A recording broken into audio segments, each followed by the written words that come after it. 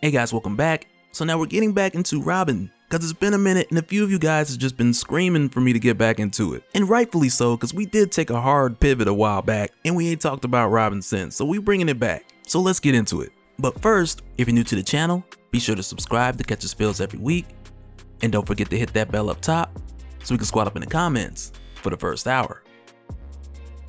Alright, so in our last talk about the escapades of Damian Wayne, Connor Hawke had just handed him the business, to where he then threw him off a cliff and seemingly to his death, only for us to find that he was swooped in and caught at the last minute, with us also seeing that his last minute rescue had something to do with his grandfather Ra's al Ghul.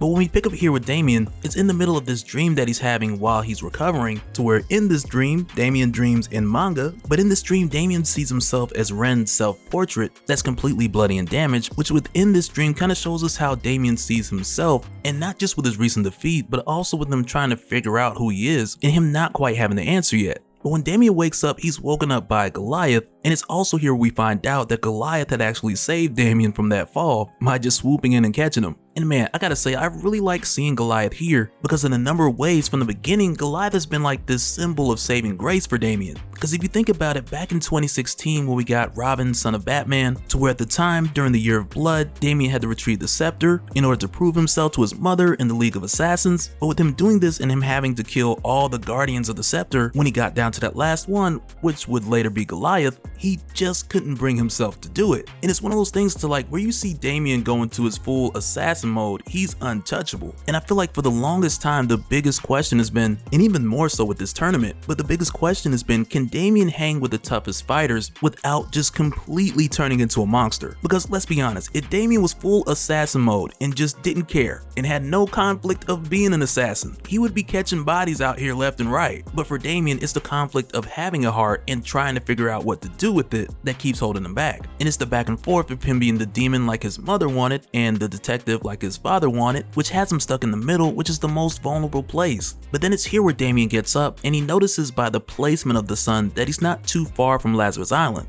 But as he continues to investigate his surroundings, it isn't long before he finds out that he's being cared after by his grandfather, Ra's al Ghul, who Goliath had brought Damian to when he saw how badly he was injured. And so of course, with Damian seeing his grandfather, he goes to attack, but that doesn't work out well because he's still banged up from that fight with Connor Hawke. But then it's here where his grandfather Ra's tells him, like, if Damian were healthy, he has no doubt that if Damian was at 100%, that he would actually succeed at killing him.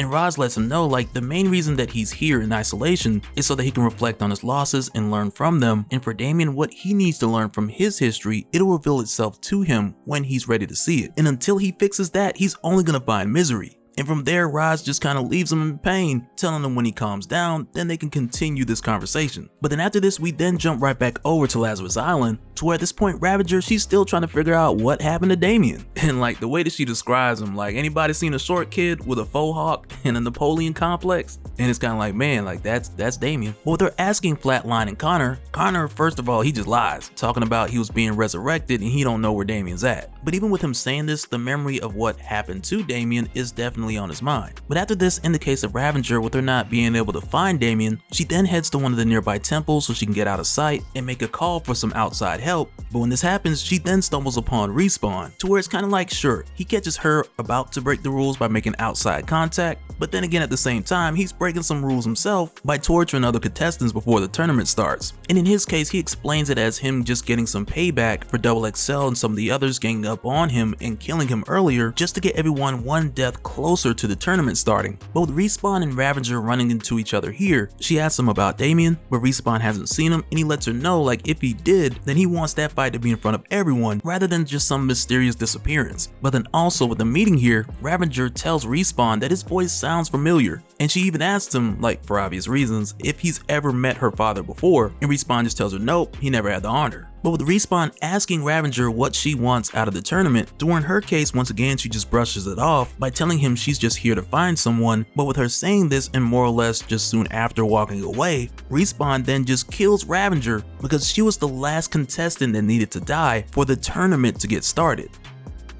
But then right after this, when we go back to Damian, who at this point is trying to steal some transportation so that he can get back to the tournament as quickly as possible, but the maneuver to hotwire one of his granddad's ships, it just doesn't work out. And we kind of get this moment where Raj is just dangling the keys like, it'd be a lot easier if you had these. But Raj also takes this opportunity to tell Damian what he believes that his father never taught him, which is the principle of fighting being much more than physical, to where Raj then goes on to tell Damian that he needs to train. But with hearing Raj say this, okay, first of all, we already know that Bruce isn't the best father figure by the previous examples we've already seen with Jason Todd or Dick Grayson, but in the case of Damian, from the time that Bruce had found out that he had a son, the focus with Damian had been much more about, okay, let me teach this kid not to kill people. And that's really been the depth of Damian's training, even if that's what you want to call it, because not long after he went to live with his dad, he soon after hit the ground running as Robin. So to me, it's not really fair to compare the whole thing to how well did Bruce train Damian, because for the longest time, Damian was just I know what I'm doing. And it's pretty difficult to teach someone who's in that headspace, at least until they get a taste of humble pie, and then boom, oh, they ready to listen. And that's where Damian finds himself here. And one of the first things that Raj teaches Damian is that in order to heal his body, he has to train his mind. And first get rid of the noise of what everybody thinks about him so that he can then focus and be present in order to read his opponent's next move, and even then not take every opportunity, but then also be capable of exercising discretion to where then he only seizes the right opportunities. But then it's also while they're here where Raj then explains to Damian more of the deeper reasoning to why he comes here. And while showing Damian the stars, he points out the Al Ghul star, which is the demon star, to where hundreds of years ago it was the inspiration for his name. And he goes on to tell Damian how he first learned about the stars from the stories of his mother, Damian's great-grandmother, and for Raj coming back out to this island every so often, it helps him to see the stars better and remember the inspirations for why he does what he does, because just about anywhere else in the world, these stars are just harder to find with all the light pollution and the smog. So for Raj Al Ghul, in a lot of ways, returning here, it helps wheel his mind back in to where, not to mention with the times that he's been tweaking from the Lazarus pit, but he expresses to Damian that coming here helps him refocus on his purpose. And within this, when he tells Damian that there's only so much room at the table for humanity, Damian then responds well, we'll just make a bigger table. But when Raj tells Damian, that sounds like something that his father would say. And it's here where Damian then tells him it must hurt for the person that you consider to be your equal, that being Batman, for him to also be your greatest enemy. And when Damian says this, Raj just lets him know that one, Batman is not his greatest enemy. But then secondly, if Damian doesn't learn anything else here from his grandfather, is that with Damian feeling like the world is his to protect, that's a burden that he carries from both sides of his family, though they both go about it in very different ways. But with this being Damian's burden and his birthright, the battle that he has going on inside of him is the greatest battle he'll deal with in his life, and Damian needs to understand that he will always be his own greatest opponent. But just after Raj says this, he turns around and Damian is gone, and with doing so taking his keys so that he can head over to Corto Maltese to sneak on a boat and get back to Lazarus Island. And when he leaves, it's kind of sad to see Goliath just sad about Damian leaving, but Raj lets Goliath know that Damian will be just fine, because not only is he demon and detective, but he's greater than both. But after this, when we follow Damian to Corto Maltese, to where at this time he's only intended to sneak on one of the boats of the priest just to get back to the island. But when he gets here, he catches the League of Assassins bringing a book to the League of Lazarus on what was supposed to be only a supply run. And when he makes this discovery, Alfred pops up again and he tells Damian you should be careful. You see something like this, you should probably call in for your dad. But at this point, Damian's more so just brushing off the voice of Alfred, which really is Damian's conscience. But for Damian, with him discovering this handoff, he knows he has to take a look at that book before it makes its way to the island. But before he can make his way to get to the book, he's then dropped in on by Timothy Drake, Red Hood, Nightwing, and Spoiler, who had been notified to come out after Damian